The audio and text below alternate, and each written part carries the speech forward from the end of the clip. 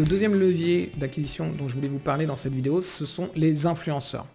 Un influenceur, c'est quoi? C'est tout simplement une personne qui a une audience et qui vous intéresse. Ça veut dire que, et c'est important comme définition parce que c'est pas juste quelqu'un qui est sur Instagram ou sur YouTube. Ce qui est important, c'est que ce soit quelqu'un qui ait une audience et que cette audience vous intéresse. Donc potentiellement, il y ait vos prospects dans son audience. Ça veut dire que, quelle que soit la plateforme sur laquelle il se trouve, YouTube, Instagram, des blogs, Facebook, TikTok, etc., à partir du moment où il a une audience et que dedans il y a vos prospects, c'est un influenceur pour vous. Les avantages d'utiliser les influenceurs pour acquérir des nouveaux visiteurs sur votre site, c'est que ça améliore la notoriété de votre marque. Vous allez obtenir une visibilité importante grâce à leur audience. Et le fait qu'un influenceur dise du bien de vous ou de vos produits, il s'engage auprès de son audience. Parce que, en fait, son audience, elle le suit pour différentes raisons, mais elle le suit aussi parce qu'il donne un avis objectif. À partir du moment où un influenceur, alors tous les influenceurs ne fonctionnent pas comme ça, mais si l'influenceur, au bout d'un moment, son audience voit qu'il va dire du bien de tout et n'importe quoi à partir du moment où il est payé et qu'il ne donne pas réellement son avis n'a plus d'intérêt pour eux. Et donc, il va commencer à ne plus être suivi, ou du moins perdre en engagement, parce que le fait d'être suivi est une chose, mais l'engagement est aussi très important chez un influenceur, c'est savoir est-ce que les gens agissent en fonction de ce qu'il va dire, est-ce qu'ils cliquent, est-ce qu'ils laissent des commentaires, etc. Ça, c'est important à mesurer quand vous choisissez votre influenceur. Eh bien, si l'influenceur, on peut clairement l'acheter, et qu'il n'est pas du tout objectif lorsqu'il donne des avis sur telle ou telle chose, eh bien, son audience va se désengager progressivement et du coup, il va être de moins en moins efficace. Donc, l'avantage pour vous, c'est que si vous allez voir un influenceur qui est objectif, à partir du moment où il va dire du bien de vous, eh bien, ça va se transmettre à votre entreprise et du coup, vos produits, votre entreprise ou vous-même, eh bien, vous allez gagner en notoriété auprès de son audience. C'est aussi une stratégie qui est plutôt adaptable en termes de budget. Vous allez pouvoir contacter des gros influenceurs qui vont vous donner une grosse visibilité parce qu'ils s'adressent à un public qui est plus mainstream et donc qui est beaucoup plus large, qui brasse beaucoup plus de personnes. Par contre, c'est aussi des gens qui vont sans doute vous demander un budget beaucoup plus important que quelqu'un de plus petit. Mais c'est du coup une stratégie qui va vous permettre d'augmenter votre visibilité. À côté de ça, vous avez aussi des micro-influenceurs qui ont accès à une audience beaucoup plus restreinte, mais aussi beaucoup plus ciblée. Donc il y a moins de monde, mais c'est beaucoup plus des gens très engagés et aussi sans doute des gens très proches de votre avatar. Et là, vous allez plutôt avoir un objectif de conversion avec eux. Donc en fait, selon le budget que vous avez, vous pouvez choisir de la visibilité avec des gros influenceurs ou choisir de la conversion avec des micro-influenceurs. Alors évidemment, il y a aussi des inconvénients dans la stratégie des influenceurs.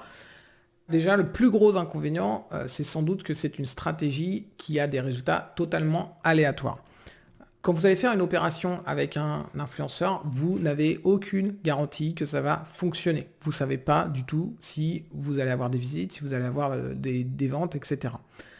Même si l'influenceur est gros, etc. Ça dépend complètement de l'adéquation entre votre produit ou ce que l'influenceur va dire sur vous et l'intérêt de son audience, etc.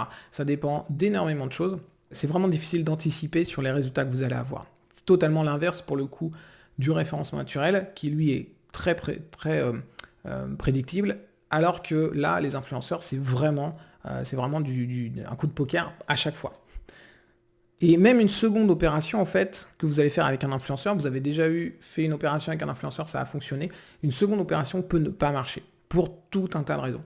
Donc, ça, faut être bien OK avec ça. C'est que les résultats avec les influenceurs sont complètement aléatoires. Et les influenceurs ne s'engagent que très, très rarement sur les résultats. Ils s'engagent simplement sur le fait de publier auprès de leur audience. Après, les résultats, c'est en règle générale pas leur problème. C'est aussi une stratégie qui a double tranchant. Pourquoi ? Parce que l'influenceur, comme je le disais tout à l'heure, c'est quelqu'un qui se doit d'être objectif. Donc ça veut dire que si il a une mauvaise expérience avec vous ou s'il a une mauvaise expérience avec votre produit, il a totalement le droit de mettre un avis négatif et il a même le devoir envers son audience de mettre un avis négatif.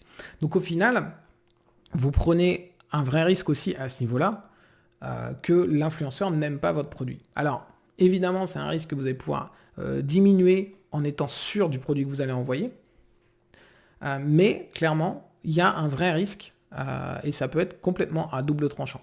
Je vous ai mis un exemple qui est assez parlant de Casey Neistat. Alors Casey Neistat, c'est un YouTuber, un influenceur sur YouTube américain qui a une très grosse audience et qui n'hésite pas à complètement démonter un produit s'il ne l'aime pas. Et là, je vous ai mis l'exemple d'une vidéo, donc je vous ai mis le lien vers la vidéo YouTube, où il prend un drone et en fait, il explique clairement que ce drone est moins bien qu'un autre qui est moins cher. Mais il prend les points un par un et il dit voilà, il a l'autonomie, le contrôle, machin, etc. En plus, il fait un test avec le drone et le drone part sans qu'il puisse le contrôler. Donc, il démontre clairement que le produit n'est pas bien et il est même moins bien qu'un concurrent, moins cher. Donc là, clairement, c'est pas du tout une bonne opération pour la marque. Alors, elle a eu de la visibilité, mais certainement pas celle qu'elle voulait. Et il faut s'attendre à ce que ça puisse arriver, ce genre de choses. Alors les influenceurs, est-ce que c'est fait pour vous? Eh bien, si vous êtes à l'aise avec le fait que vous ne pouvez pas anticiper sur vos résultats, c'est ok, vous pouvez tester les influenceurs.